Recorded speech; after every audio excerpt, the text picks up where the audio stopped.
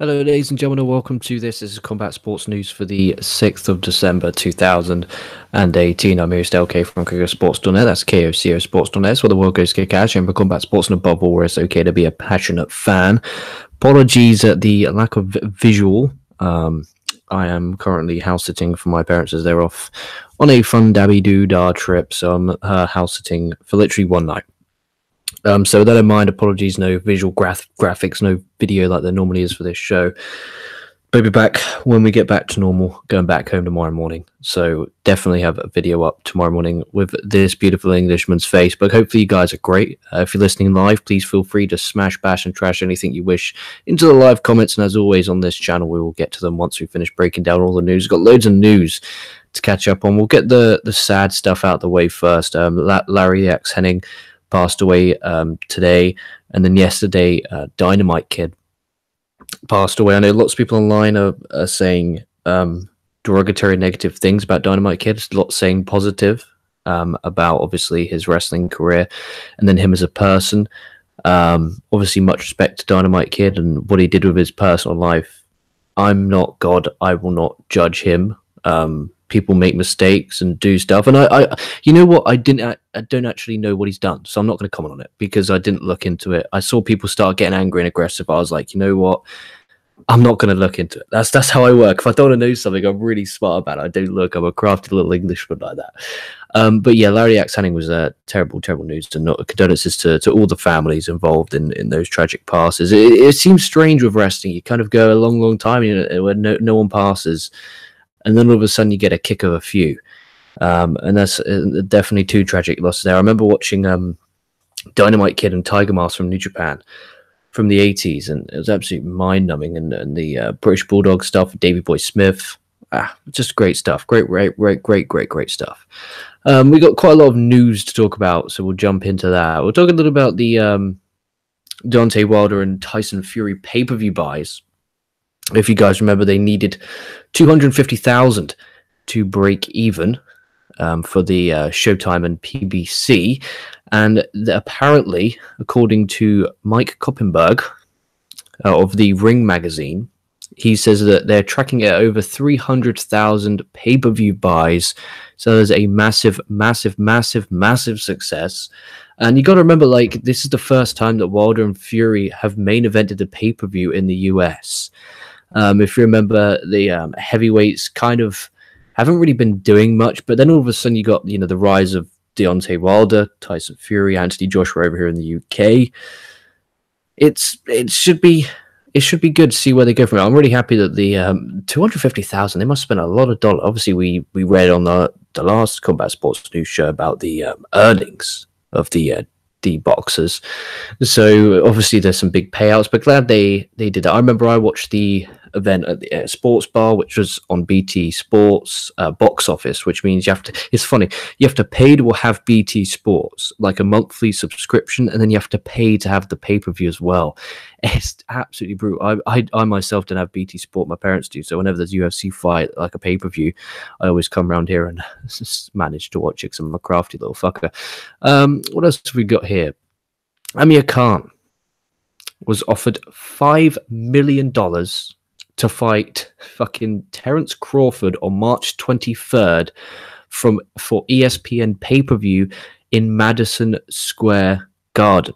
If you remember, there was discussions of him to face Kell Brook next year. However, the new title opportunity might take over Khan's desire. Oh, that'll be an interesting one. That would be an absolutely interesting one if that does take place. And lots of sites have reported this, ESPN, Daily Mail, and Boxing Scene. So this isn't just like some rumor mill. And he stated to the Daily Mail, fighting for a pound-for-pound title would be amazing. To win it would be even better. So I think I'm in a position where I can get that fight with the pound-for-pound champion at the moment. That the Brook fight is always going to be there. It's for no title, whereas I'm getting offered a world title and and the pound-for-pound title. So why not?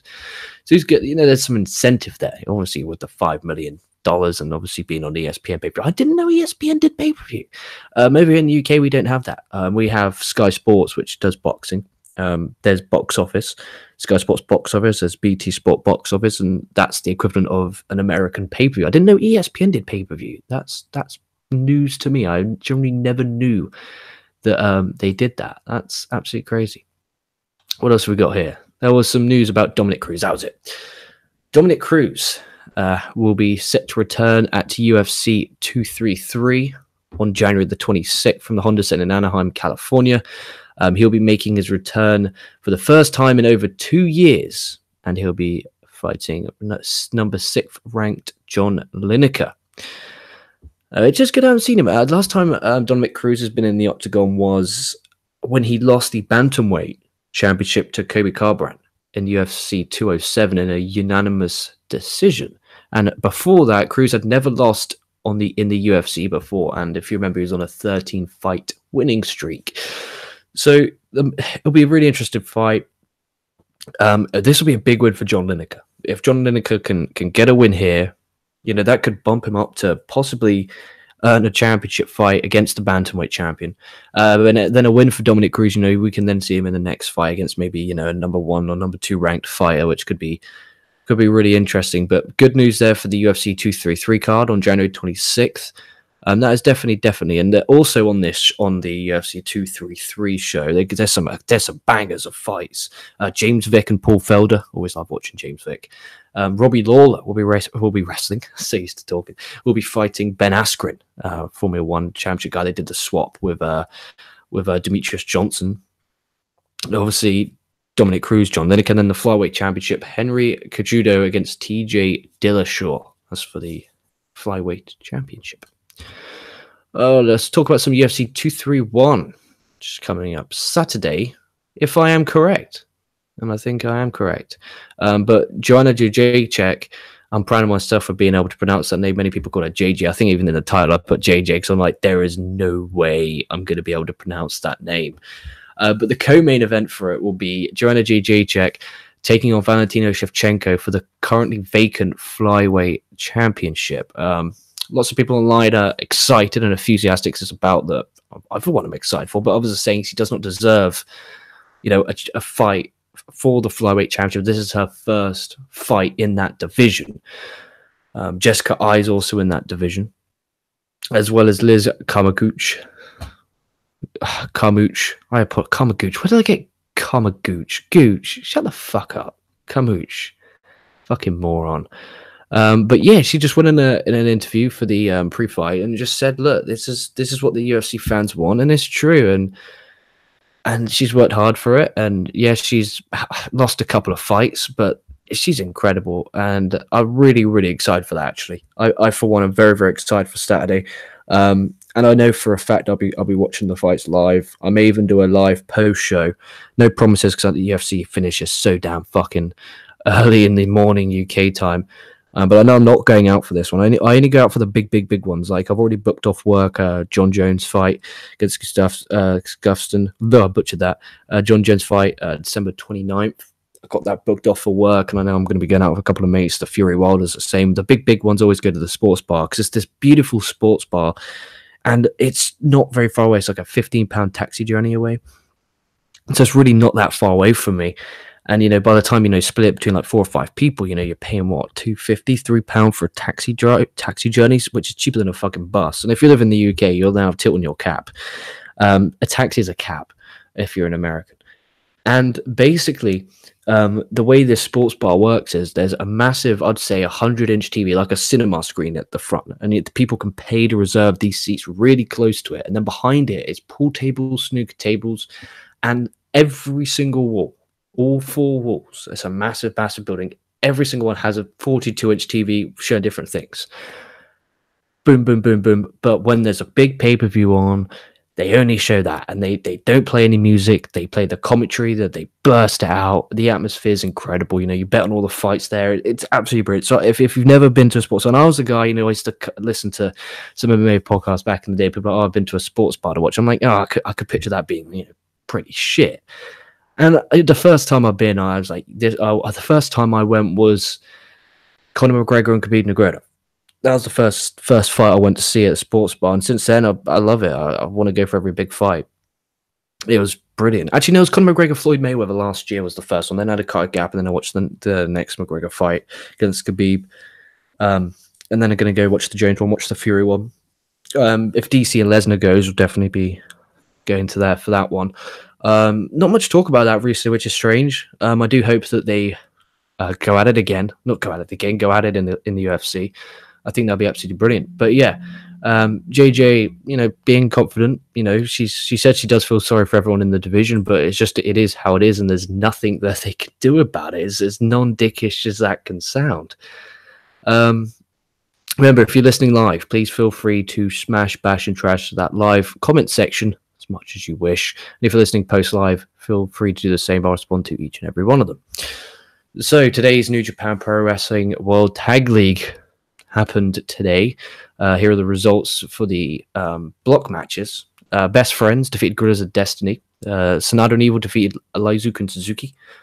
Kojima and Tenzon defeated Hanari and Makabe. Taichi and Zack Sabre Jr. defeated Finley and Juice. KES defeated Takashi and Hangman Page. Jeff Cobb and Elgin defeated Nakanishi Nagata, and Ishin Yano defeated Umido and Ayato Yoshida, which means on the 9th in Iwate, on December the 9th, it will be Guerrillas of Destiny versus Ishin Yano and Evil and Sanada versus the Killer Elite Squad, and that will decide which teams advance to the finals.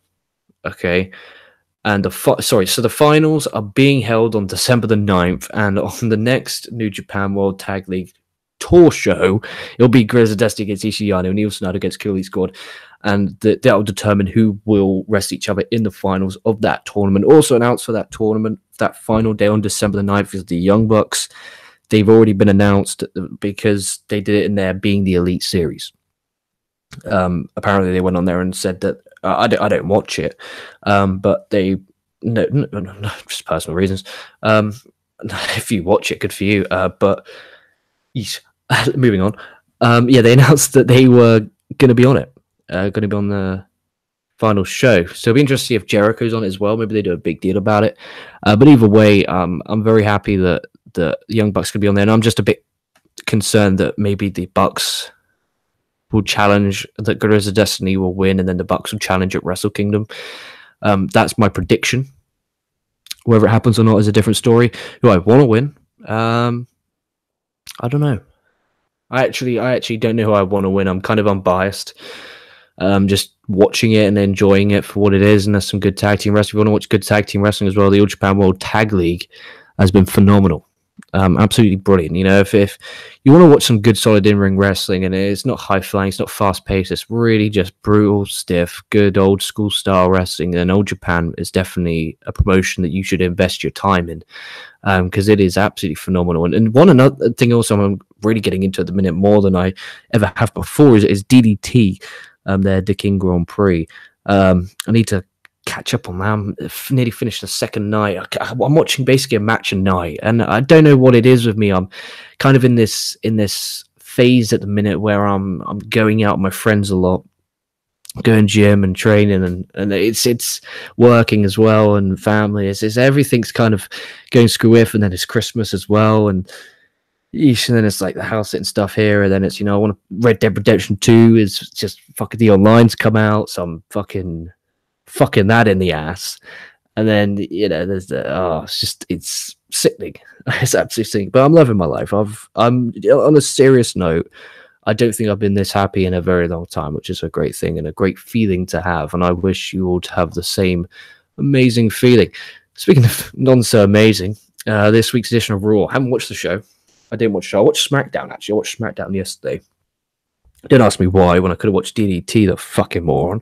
But I watched, and that's not a knock on SmackDown. I thought SmackDown was a good shit.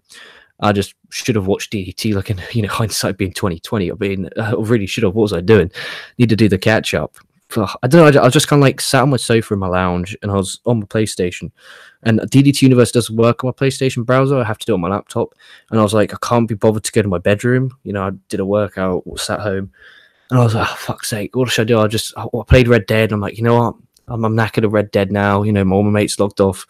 So I was like, I'll watch SmackDown. First of all, I said, let's put on Raw. And then I'm like, you know what? People have been complaining about Raw for so long that I'm not even going to bother putting it on just in case it's bad. So I put on SmackDown. I was pleasantly surprised. I'm enjoying the Orton Joe stuff. The AJ Bryan's brilliant. The Daniel Bryan heel turn has been absolutely brilliant. That's definitely some of the best stuff that WWE has done in a very, very long time. With this Daniel Bryan stuff, great promo. There's a fickle. I thought it was great. Miz played his role. He played his role really well. Credit to Miz as well. Miz has just been brilliant for the past few years. Not talked about enough.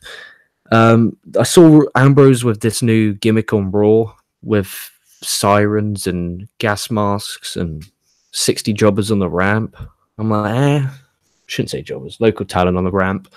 I don't know about that. But either way, I think Ambrose and Rollins. We'll talk about TLC because they announced another match for the pay-per-view, and we'll talk about Raw as well because apparently they just scrapped everything they had and redone it to make everyone feel good. And that's not what I read online about people feeling after watching 3 hours of Raw. But we'll get to the viewership now. So this week's Raw on average did 2.286 million viewers, which is down from the previous 2018 low of 2.302 million viewers from October the 1st. So, and that's a big leap. That is a big leap from last week as well. And it dropped down to third hour, only 2.196 million people were watching. Obviously, the way I see it as I want the numbers to be as high as they can, because the more people watching wrestling, the better for the industry in general, whether that's WWE. And the thing is, if this is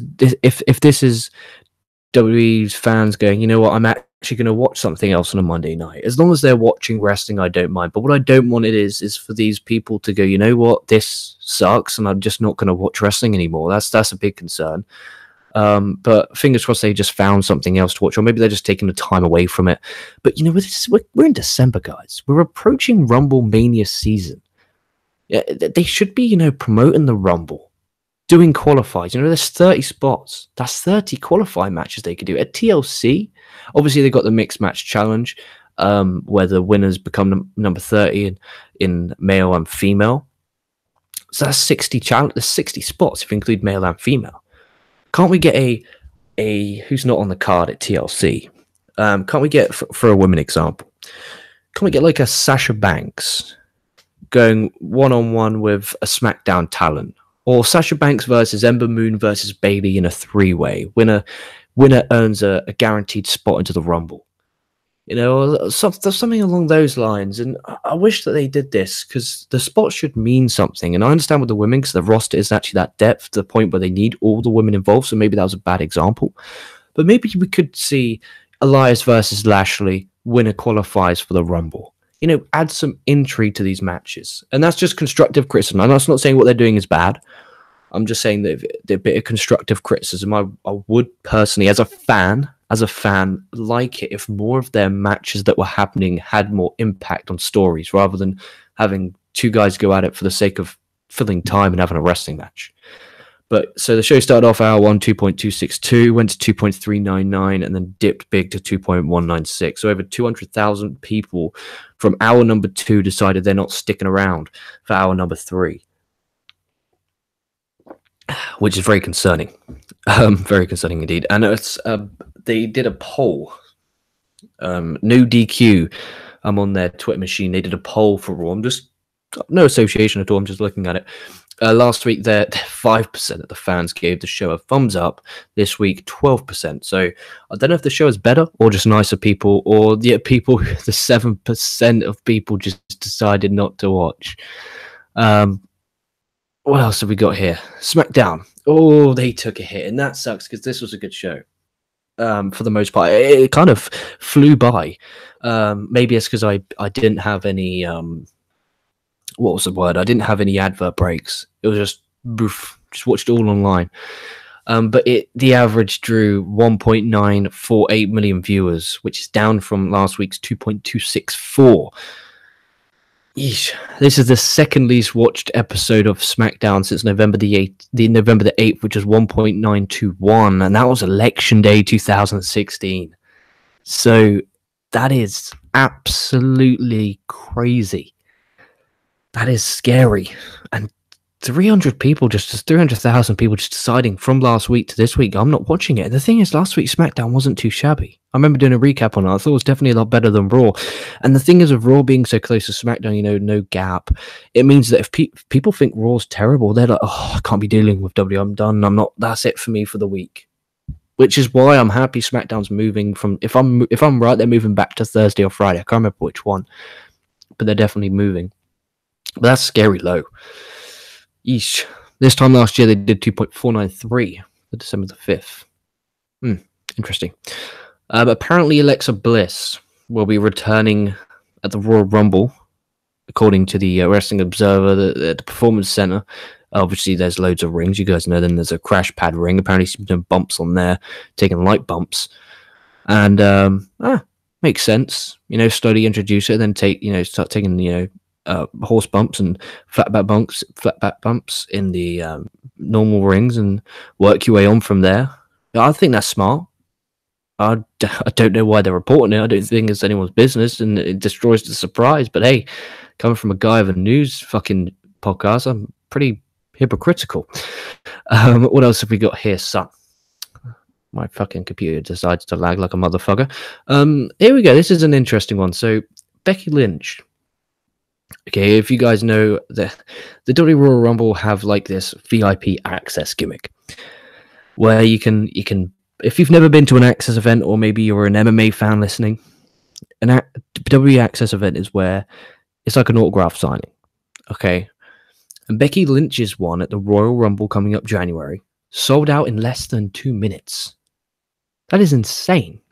That's generally insane. This woman is very over, incredibly over, and it's great to see. And it's not because I'm not going, oh, it's great because she's a woman. It's great because she deserves it. She's leaps and bounds. I remember I used to not particularly have nice words for Becky Lynch, and that's changed 100%. Generally, 100%. The NXT Takeover Philadelphia, if I believe. If this thing loads, and it's NXT Takeover Phoenix. Apologize. Main event has been announced during NXT TV last night, which again I need to watch. In a rematch for the NXT Championship will be Tommaso Ciampa defending his championship against Aleister Black. That should be a banger. Ciampa versus Black on the first takeover was great. So it'll be really interesting to see what they do this time. Does Aleister Black lose this and then kind of finish up in NXT and debut the Rumble? Possibility, but then you could say the same for anyone in NXT. I mean, you never know who they're going to call up, do you? Like, they always call up the people you don't expect, like Lars Sullivan. But I have no idea what they're going to do with that. I have no idea. But still should be a good match. Apparently, WWE are interested in having another women's pay-per-view next year, all exclusive women. And apparently, according to the Wrestling Observer, they've been throwing around the idea of having a Queen of the Ring tournament with the WWE's main roster talent, obviously female. That could work. I thought Vince hated that format, because I thought that's why King of the Ring went. But who knows? Who knows if Vince actually hates that? Who knows? But yeah, Women of the Ring makes sense. Maybe they could do it winner gets a women's championship match at the next Z pay-per-view, like they used to do at King of the Ring, where the winner would get a W title match at SummerSlam. I think that would be cool. I wish they did a King of the Ring. I don't get why they don't do a King of the Ring, especially with now the network. I think they could do a King of the Ring. I think it could be great. I just don't fucking stick them with the King gimmick after. Simple as that. Don't stick them with the King gimmick after, and you'll be absolutely fine. Also, apparently, Karen Q, Rachel Ellering, and Kushida are all on WWE's radar. Obviously, Kushida's under New Japan Pro Wrestling contract until the end of January. It'll be fascinating to see if Kushida goes. If Kushida does go, we get to see Kushida kind of right again. But he'll go NXT. If Nakamura goes NXT, fucking Kushida's going NXT. And he could be a great addition for 205, but the issue with 205, I think, is, Kira Tozawa in Dragon Gate was fire. Kenta or Hideo Tommy in Impressing Noah was fire. They're in 205, and I don't know if it's just the way they're presented or the fans are just, I don't know, because it's interesting with WWE fans, because you got to remember half the people there are just there to see the big stars and not actually, hardcore wrestling fans. The hardcore wrestling fans are at the New Japan events. They're at this event. And I'm not saying if you go to WWE event, you're not a hardcore wrestling fan because, who am I to say? But that's just the way I see it. Like when 205 guys, because they're having banger matches and there's just kind of no reaction for them. Like this last week's main event I remember I watched it. It was Tony Nese and Buddy Murphy against Cedric Alexander and Mustafa Ali, and I was thoroughly entertained. I thought the four went out there and busted their rear ends, and just no crowd reaction is. And the stories have been good. I've been following the story closely. I watch 205 every week, and I'm just kind of befounded of the lack of interest from people. I don't know. It's strange. It really is strange if you're not John Cena. The thing is, you can't make the next John Cena if you're not willing to give him a fucking try. And it's just like they're sitting on their knees thinking, who are these guys? They're and it's horrible because they're going out there putting on a really great performance. In my opinion, anyway. I don't know if you guys agree. The 205 is a really good show. So this week's Raw. Now, apparently, obviously, the death of George H.W. Bush. Apparently, that led to Vince making a last-minute changes to this week's Raw. Apparently, he showed... I don't know how Dave Meltzer knows this stuff. I have no idea how he knows this. There must be some scummy rat in WWE. But apparently, he showed up at 3:30. The show began at 7. And he changed everything to, and I quote, people are going to be in a somber mood, so we're going to have to make them happy. So that's why Finn Balor did what he did. Ronda Rousey stood tall at the end of the show.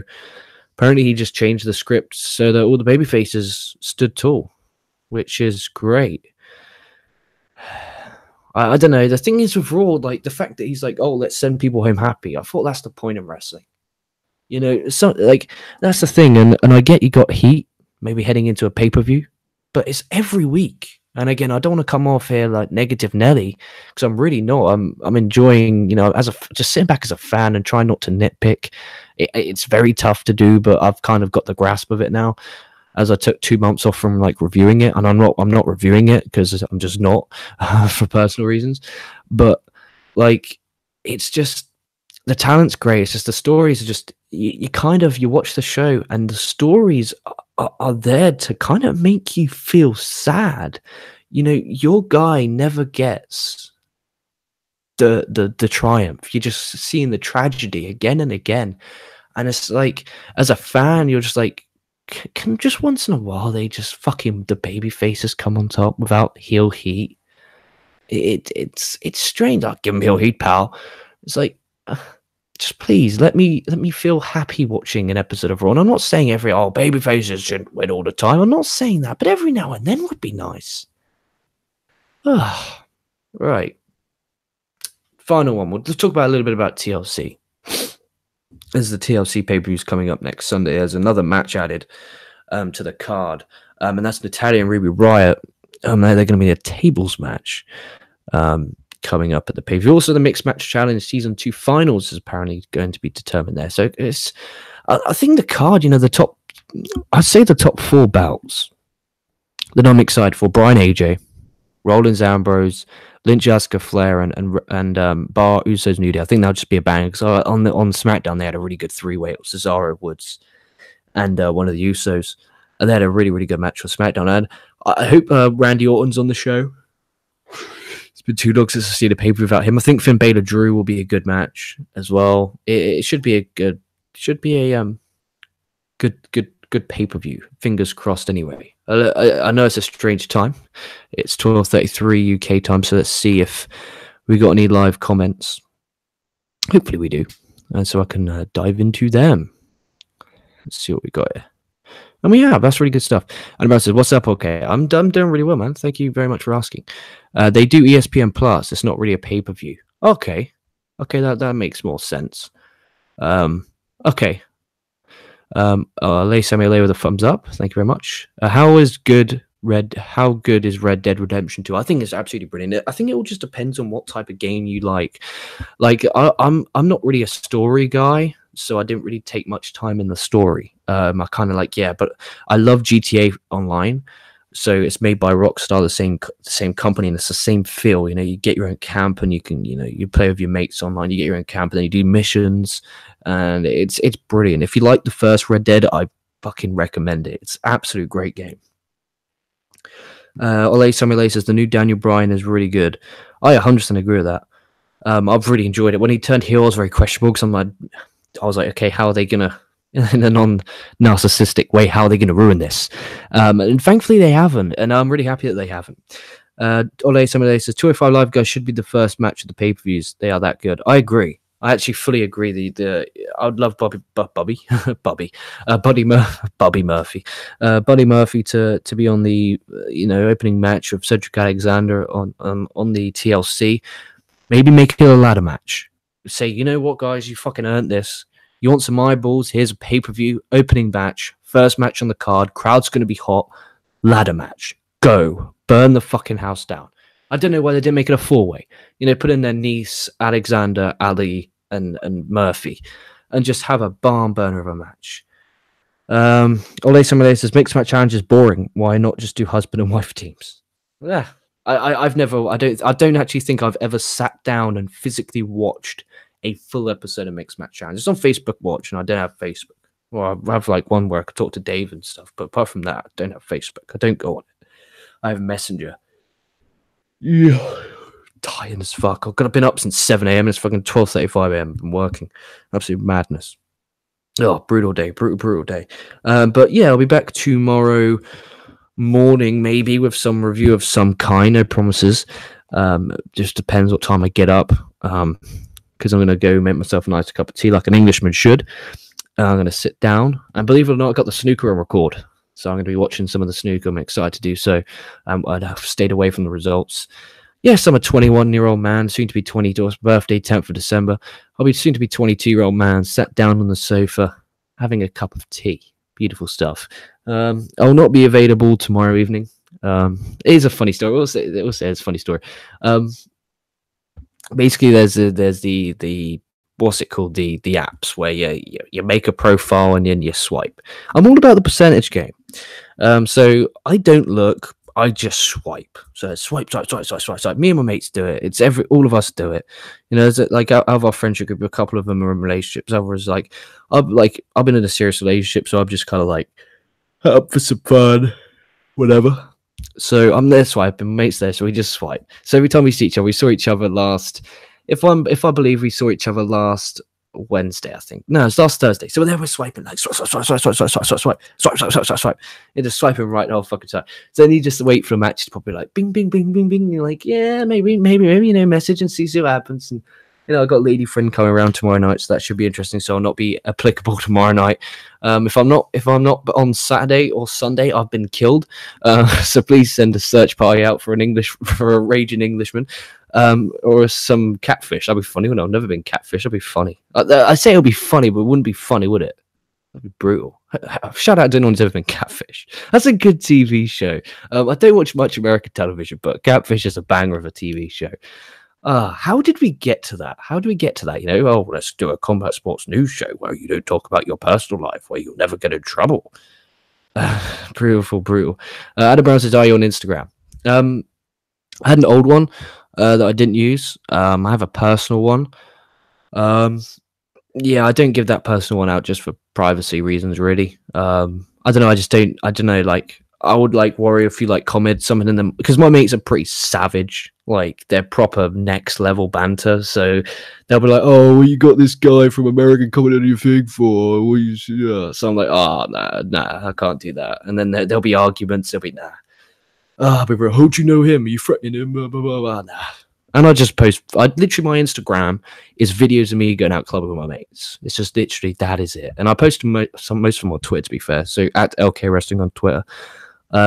Yeah. So that's it. Living the fucking dream. Gonna go make myself a tea, watch some snooker. So, my guys, like, comment, smash that subscribe button. Head over to KocoSports.net for the best in combat sports news. We'll try to be back tomorrow morning. maybe I won't watch a snooker. Maybe I'll put on some NXT and 205, and then tomorrow do a when I wake up do a 205 and NXT recap results show. Again, it's not a review, just a recap, give my thoughts and analysis of it in a constructive way. But thank you guys for watching. Hopefully you've enjoyed this show. Apologies, got a bit personal at the end. I try not to do that, but old habits die young. So that in mind, guys. Thank you guys for watching. This has been LK, and I'll be catching your asses down the line.